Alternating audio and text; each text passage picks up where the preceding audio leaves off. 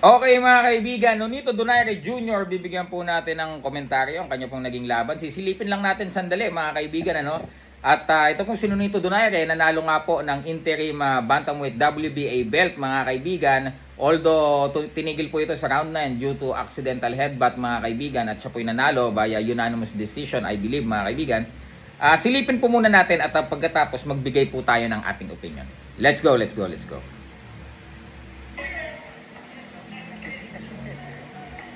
Okay, naka-south po mga kaibigan. Sino nito doon? Oh, may lakas pa rin although hindi tumama Okay, in fairness. Although hindi na po ito yung prime Nonito Donaire, no? Over a decade ago mga kaibigan. Pero makikita pa rin po natin, nandun pa rin yung fundamentals niya mga kaibigan. Yung lakas, obviously, nandun pa rin. Sabi nga ng ating mga kaibigan, na mga veterano sa boxing, huling aalis sa isang boksingero ay ang kanyang lakas. Okay. Naka-south po si Donaire. Ginagawa to mga kaibigan ng mga boxers, no? Kagaya po nila Terence Crawford, Boots Ennis, to confuse their opponents mga kaibigan. Okay. Decent fight. In fairness naman, ano? Decent fight for Nonito Donaire for a 42-year-old mga kaibigan. At for him to secure an interim fight like this, kasi mga kaibigan, interim fight is actually parang world title na yan eh. Parang temporary world champion ka yan. Pagka interim champion ka, bakit nangyayari po yan kapag yung regular champion is unavailable? Yan. So naka-south po pa rin si Nonito Donaire.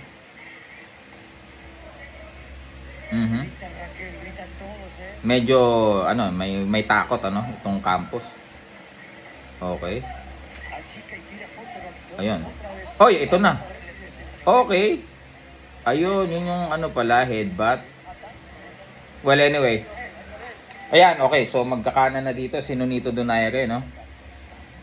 And alright, pretty much mga kaibigan, it was a decent fight, At congratulations for the victory. Ito pong si Nonito Donaire Jr. mga kaibigan. Ito po, ibibigay ko po ang aking opinion, Dito po sa pagkapanalo ni Nonito Donaire Jr. at siya po ay technically world champion na naman, sigurado ako maiiyak dyan. Lalo na dun sa mga, sinabi nga ni Rachel sorry for the word, idiots.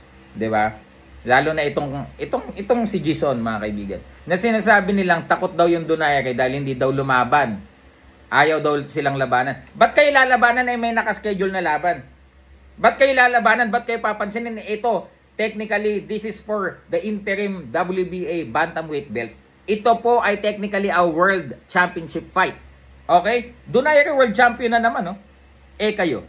'Di ba? Bakit kayo lalabanan ni Donaire? For what? For the clout? For what? Para you guys to stay relevant? 'Di ba?